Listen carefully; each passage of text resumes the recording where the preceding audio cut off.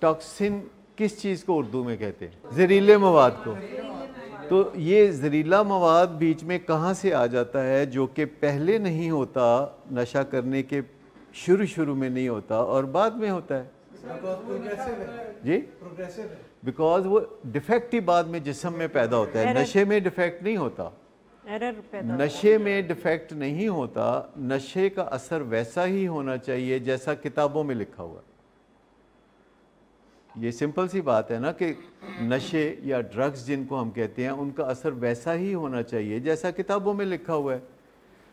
اور اگر ویسا ہی اثر ہو جیسا کتابوں میں لکھا ہوا ہے تو پھر ارد گرد کے لوگوں کو نہ تو پتہ چلتا ہے، نہ ارد گرد کے لوگ اعتراض کرتے ہیں. کیونکہ کئی دفعہ لوگ ہمیں پوچھتے ہیں کہ ہمیں یہ راز پتہ کر کے بتا دیں کہ ہمارا بچہ جو نشہ ہے وہ کیوں کرتا ہے، اصل وجہ کیا ہے، اس کا اصل دکھ کیا ہے. کیونکہ معاشرے میں لوگ سمجھتے ہیں ٹینشن کی وجہ سے کہ جو لوگ بھی نشہ کرتے ہیں ان کا کوئی اصل اور وکھرا اور بڑا دکھ ہے جس کی وجہ سے نشہ کرتے ہیں. اور پھر گھر والے سوچتے ہیں کہ ان کا جو اصل دکھ ہے وہ ہم سب مل کے دور کر دیں گے اور یہ نشہ کرنا چھوڑ دے گا.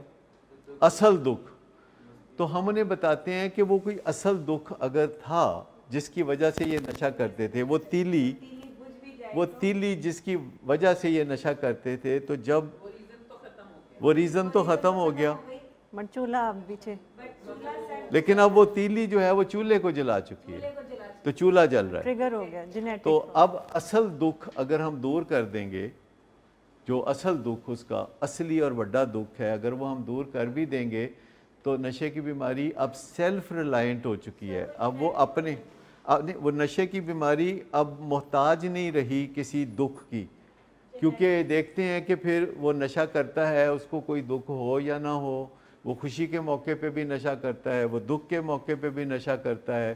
جیسے پھولوں کا استعمال لوگ خوشی کے موقع پہ بھی کر لیتے ہیں، لوگ قبروں پہ بھی پھول چڑھا دیتے ہیں، سیرے کے بھی پھول ہوتے ہیں، لوگ ایک دوسرے کو پھول کا تحفہ دے کے محبت کا اظہار بھی کرتے ہیں.